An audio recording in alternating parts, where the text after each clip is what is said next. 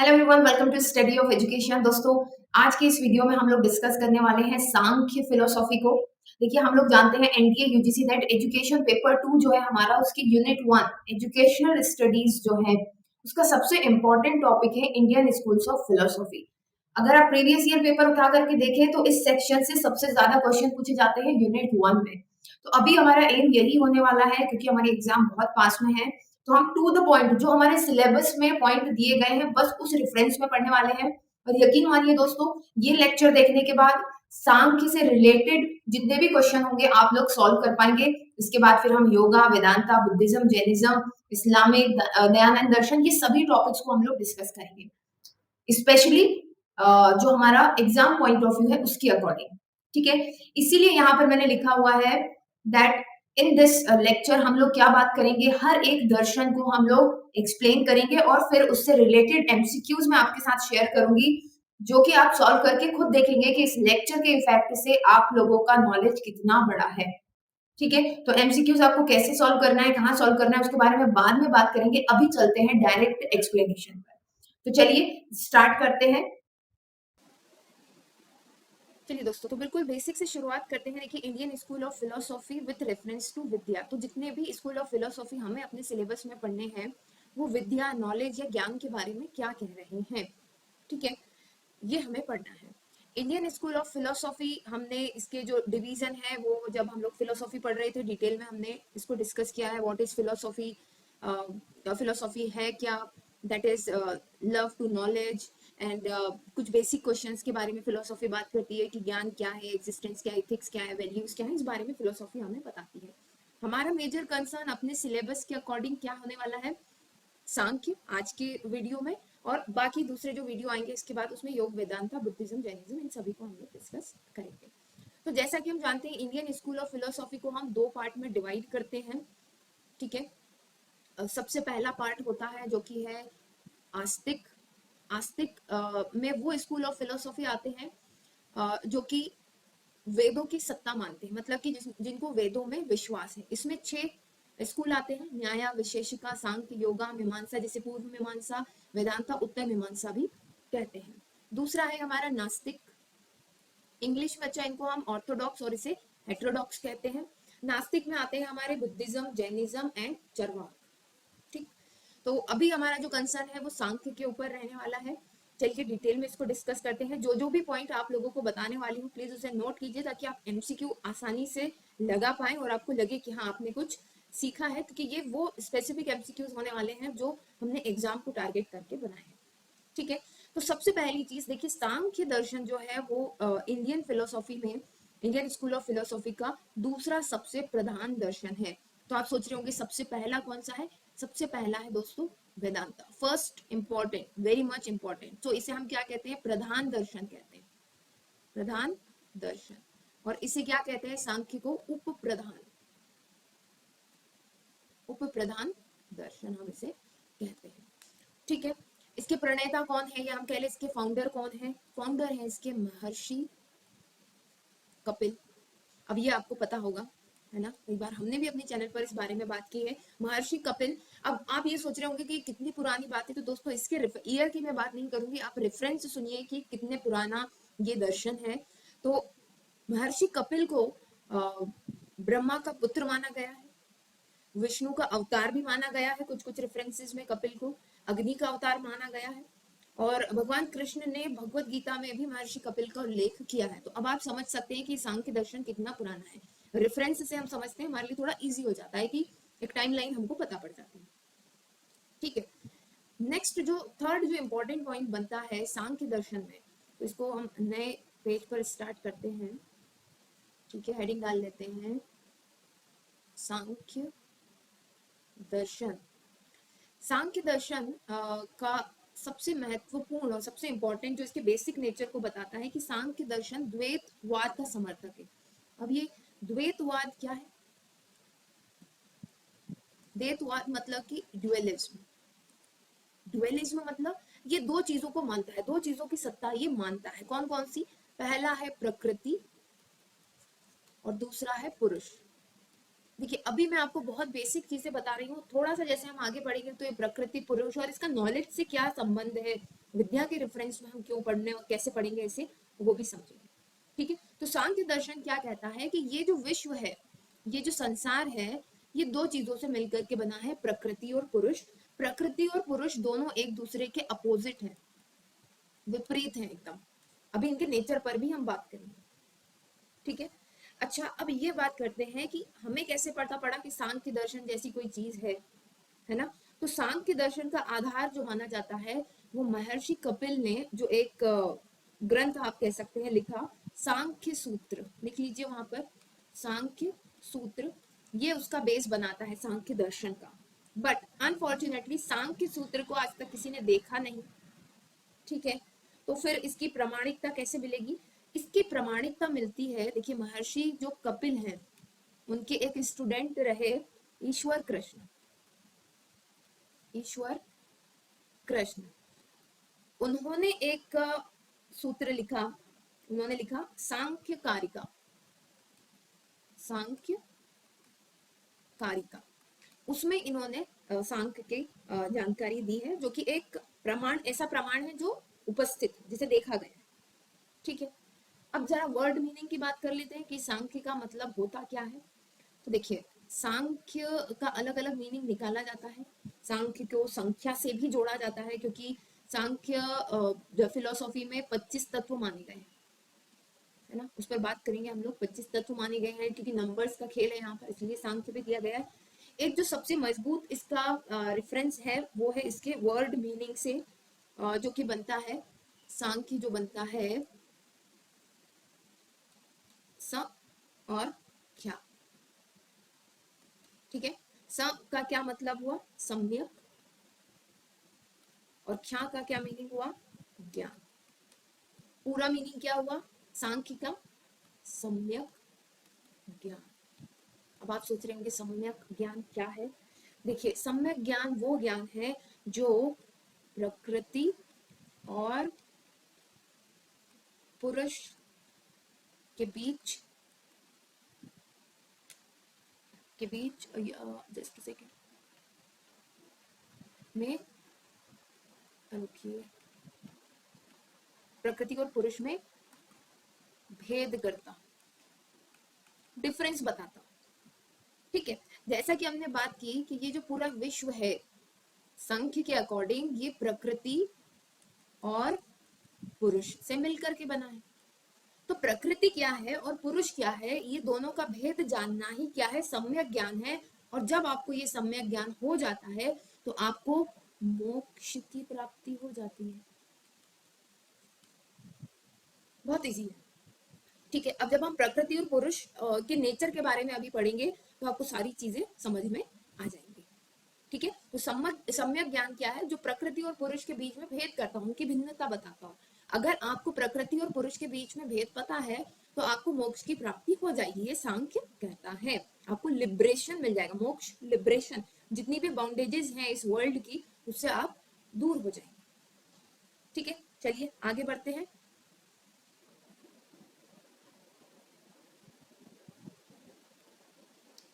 ठीक है, देखिए अब सांख्य दर्शन क्या कह रहा है, जैसा कि विश्व दो चीजों से मिलकर के बना है।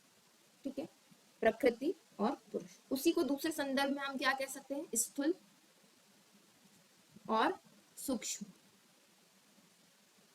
पदार्थ, मैटर।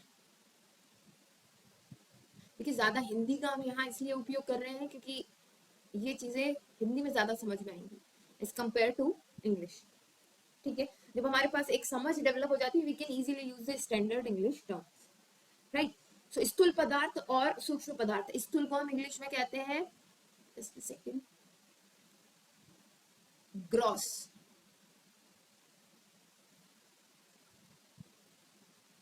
राइट, और इसको कहते हैं सब प्ले। स्थूल पदार्थ क्या है? जो आपको आसपास दिखाई दे रहे हैं, आपके नेचर में, जो आसपास के नेचर, प्रकृति में जो प्रेजेंट है। क्या क्या प्रेजेंट है हमारे आसपास? नदी है, पहाड़ है ना, भूमि है, ठीक है, पेड़ है, ये सारी चीजें, ये सब स्थूल है, ग्रॉस है। ठीक, सूक्ष्म पदार्थ क्या है? मन, बुद्धि, अहंकार। आप मान लीजिए हर वो चीज जिसे हम महसूस कर सकते हैं, महसूस करते हैं, उसका एग्जिस्टेंस नहीं है ना, जिसका हम अनुमान लगाते हैं, इस अनुमान से जो चीजें पता पड़ती है वो सूक्ष्म पदार्थ है सबके। ठीक। अब सांख्य दर्शन का जो आधार है वो क्या है? प्रकृति है। सांख्य दर्शन का आधार क्या है? प्रकृति है। वहां पर लिखिए सांख्य का आधार प्रकृति है। देखिए अब प्रकृति है तो प्रकृति का नेचर आप समझिए एक एक करके। अब प्रकृति को बहुत सारे नामों से पुकारा गया है सांख्य दर्शन में। मैं यहाँ पर एक एक करके इसके नाम लिख देती हूँ, और हर एक नाम की अलग अलग व्याख्या भी की गई है। अगर हम हर एक की व्याख्या पढ़ने लगे तो हमारी पता नहीं कितनी क्लासेस निकल जाएंगी। बट प्रकृति को ही हम प्रधान भी कहते हैं कई बार, क्योंकि मुख्य क्या है? प्रकृति। सांख्य में मुख्य क्या है? प्रकृति है, इसलिए उसे प्रधान भी कहा जाता है। वो प्रथम कारण है विश्व का, है ना। और जितनी भी विश्व की चीजें हैं वो सब प्रकृति पर डिपेंड करती हैं, उस पर आश्रित हैं। प्रकृति को ही ब्रह्मा भी कहा गया है। देखिए ब्रह्मा किसे कहते हैं? जिसका विस्तार होता है, जो बढ़ता है। ऐसे ही प्रकृति का भी विस्तार होता है, ठीक है, उसका विकास होता है। ब्रह्मा भी कहा गया है। प्रकृति को अव्यक्त भी कहा गया है, क्योंकि इसे व्यक्त नहीं किया जा सकता। सॉरी मैंने हिंदी में गलत लिख दिया, अव्यक्त भी कहा गया है। अनुमान भी कहा गया है।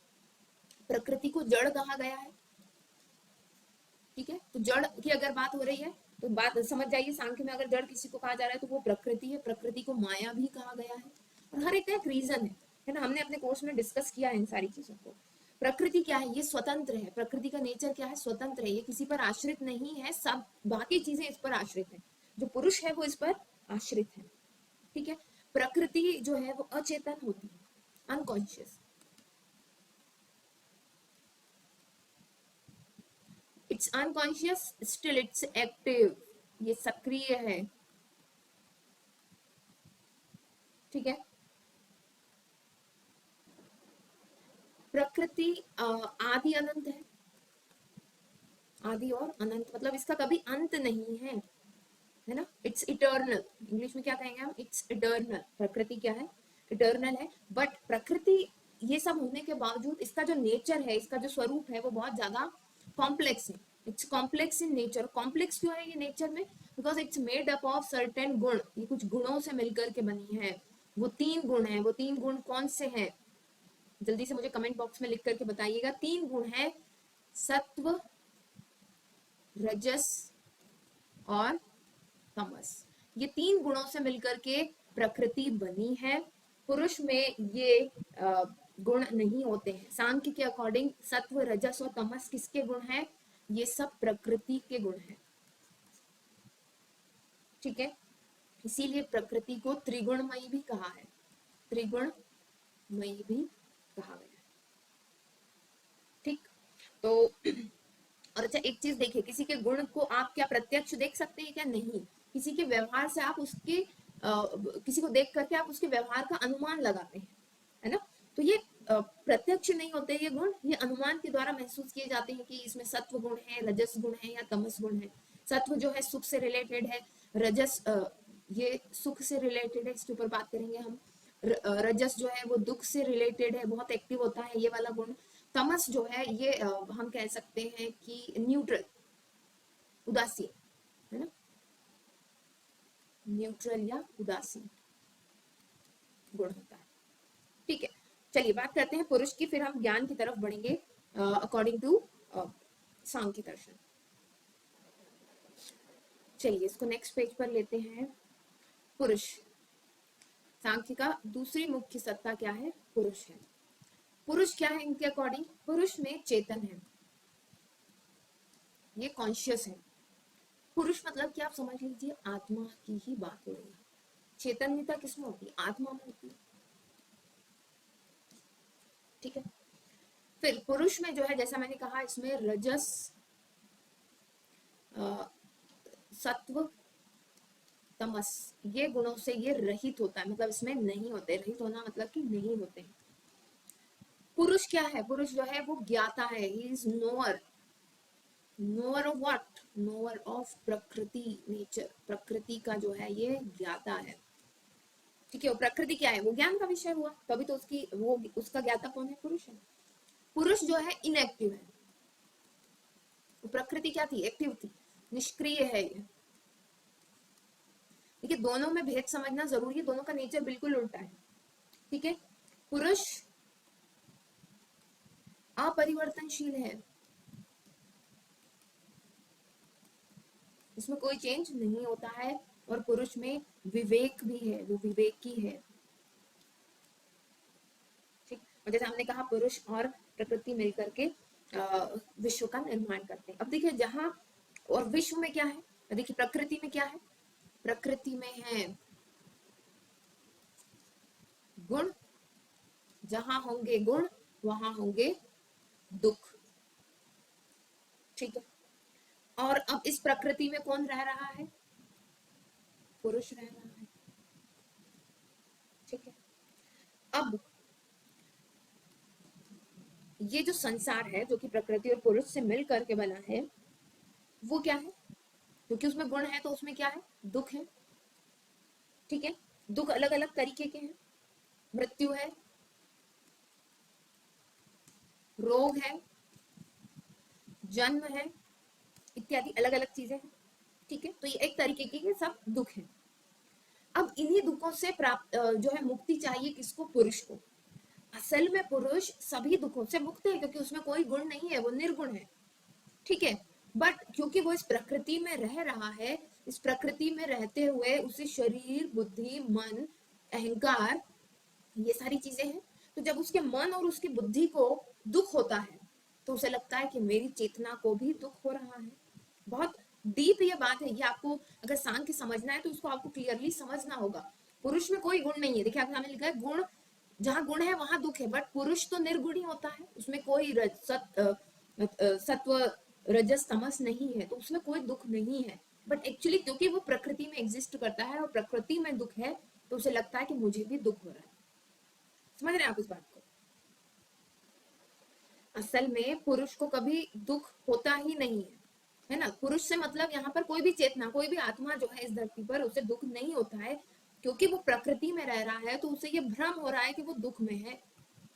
दुख असल में होता है मन और बुद्धि को, मन और बुद्धि को दुख होता है, तो आत्मा क्या समझती है कि मुझे दुख हो रहा है। और यही सांख्य की बात है कि आप हर एक आत्मा को ये समझना है कि वो मन और बुद्धि से बहुत दूर है, उससे परे है। और जो इंसान ये समझ जाता है कि ये जो दुख है ये मन का, मेरे मन का, मेरी बुद्धि का दुख है, मेरा दुख नहीं है, उसी को मोक्ष मिलता है। ये इस चीज का सार है। ठीक है, तो अब जब दुख की बात कर रहे हैं तो कितने तरीके के दुख होते हैं उस पर भी बात कर लेते हैं। दुख होते हैं तीन तरह के, इस संसार में तीन प्रकार के दुख हैं। सबसे पहला दुख है आध्यात्मिक दुख। ये वो दुख है जो किसी को अपने शरीर के कारण होता है ना, निजी शरीर और मन से उत्पन्न होता है, शरीर और मन से उत्पन्न होता है। दूसरा होता है आधि भौतिक दुख। भौतिक दुख, आधि भौतिक दुख जो है वो बाह्य पदार्थों से, बाह्य मैटर के कारण होता है, उनके प्रभाव के कारण। जैसे आप चल रहे हैं, आपको ठोकर लग गई है ना, किसी गाड़ी ने आपको एक्सीडेंट कर दिया, कांटे का लगना है ना, तो किसी दूसरे मनुष्य, पशु या फिर पक्षियों से जो दुख मिलता है वो अधिभौतिक दुख है। थर्ड जो है वो है अधिदेविक, अधिदेविक दुख। ये जो है ग्रह नक्षत्र के कारण, मान लें आप ग्रह नक्षत्र, ठीक है, सर्दी गर्मी, मतलब प्रकृति से रिलेटेड, वहां से जो दुख उत्पन्न होते हैं वो आधिभौतिक, आधिदेविक दुख है। अब ये तीन तरह के दुखों से हर एक इंसान, हर एक पुरुष मुक्ति चाहता है। अब चिकित्सा की बात करें तो चिकित्सा में ये दुखों का टेम्परेरी इलाज है, है ना। तो परमानेंट इलाज इन दुखों से क्या है, तो वहां पर बताया गया परमानेंट इलाज जो है इन दुखों का वो है सम्यक ज्ञान। क्या है? सम्यक ज्ञान। ये सम्यक ज्ञान हमें कैसे पता पड़ेगा? कैसे सम्यक ज्ञान क्या है? जो ये कहे कि प्रकृति, जो ये बता दे कि प्रकृति और पुरुष एक दूसरे से अलग हैं, वो ज्ञान। ठीक है, तो सम्यक ज्ञान की प्राप्ति जो है हर दुखों का नाश करेगी और आपको मोक्ष, लिबरेशन की तरफ लेकर के जाएगी। राइट। जैसे कि कई बार होता है ना, हम लोग कोई पिक्चर देखते हैं तो हमें लगता है हम उसी की लाइफ जीने लगे, वो पिक्चर हमारे ऊपर इतना ज्यादा इफेक्ट करती है। ठीक है, तो वहां पर हम ये अंतर नहीं कर पा रहे कि भाई वो चीज अलग है, वो रोल प्ले चल रहा है, हम अलग हैं, हम उसके दुख को महसूस करने लगते हैं। बट यही जो है हमारे दुख का कारण हो जाता है। अगर हमें ये ज्ञान हो कि भाई वो चीज अलग है, हमारी लाइफ अलग है, हम अलग चल रहे हैं, तो यही क्या हुआ? मोक्ष हुआ। ये कंपैरेटिव एक एग्जांपल मैंने आपको बताया। ठीक है, तो पुरुष और प्रकृति का भेद होना आपको समझ में आना जरूरी है, तभी आपको सम्यक ज्ञान है कि भाई बुद्धि को दुख हो रहा है, मन को दुख हो रहा है, चेतना को कभी दुख नहीं हो सकता, आत्मा को दुख नहीं होता है। ठीक है, तो अब सांख्य ने कहा क्या? ये मोक्ष, मोक्ष का अच्छा एक मीनिंग ये भी होता है दुखों का अभाव। दुखों का अभाव, ये क्या है? मोक्ष कहलाता है। दुखों का अभाव मतलब कि मोक्ष। अब ये कैसे मिल सकता है? तो इसके लिए सांख्य में कहा गया है कि आप अष्टांग, अष्टांग नहीं, अष्टयंग कहेंगे उसको, अष्टयंग मार्ग को फॉलो करें, उसका पालन करें, तो आपको सम्यक ज्ञान हो जाएगा। सम्यक ज्ञान हो जाएगा इसका मतलब ये है कि आप ये समझ जाएंगे कि आपकी आत्मा जो है वो शरीर, इंद्रियों, ठीक है, बुद्धि और मन से भिन्न है। और जिस दिन आपको ये पता पड़ गया, आपके सारे दुख खत्म हो जाएंगे। ये अष्टांग मार्ग जो है ये सांख्य में बताया गया है, और उसको प्रैक्टिकली कैसे करना है वो योग दर्शन में बताया गया है। ठीक है, ठीक है, ये आश्यम और अष्टांग, अष्टांग भी हम इसे कहेंगे अष्टांग। जस्ट सेकेंड, अष्टांग मार्ग। ठीक है, 8 रास्ते बताए गए हैं। कौन कौन से वो रास्ते हैं जल्दी से देख लेते हैं। सबसे पहला देखिए, अष्टांग मार्ग जो है उसमें सबसे पहला है यम। अब इसका जो प्रैक्टिकल यूज है हम अभी जब योग डिस्कस करेंगे उसमें पता करेंगे हम लोग। नियम। थर्ड जो है इसमें है आसन। फोर्थ जो है प्राणायाम। फिफ्थ जो है वो है प्रत्याहार। सिक्स्थ जो है धारणा। सेवंथ जो है वो है ध्यान। एट्थ जो है वो है समाधि। ये 8 मार्ग बताए गए हैं टू गेट द मोक्ष। ठीक है, अच्छा अभी बात करते हैं कि ये जो भी आपने कुछ पढ़ा है उसकी प्रैक्टिस आप कैसे करेंगे। तो देखिए नीचे जो है हमारे टेलीग्राम ग्रुप की आपको लिंक मिल जाएगी, वहां से आपको ये एमसीक्यू सारे मिल जाएंगे, आप प्रैक्टिस कर सकते हैं फॉर दिस सांख्य दर्शन। और इसके अलावा आपको टेलीग्राम ग्रुप पर ही डायरेक्ट लिंक ऐप की भी मिलेगी, ऐप पर भी ये एमसीक्यूज प्रेजेंट हैं, तो आप वहां से भी सॉल्व कर सकते हैं। ठीक है, तो चलिए दोस्तों, आई होप कि आपके लिए हेल्पफुल रहेगा वीडियो। मिलते हैं फिर नेक्स्ट वीडियो में। Till then bye bye, take care.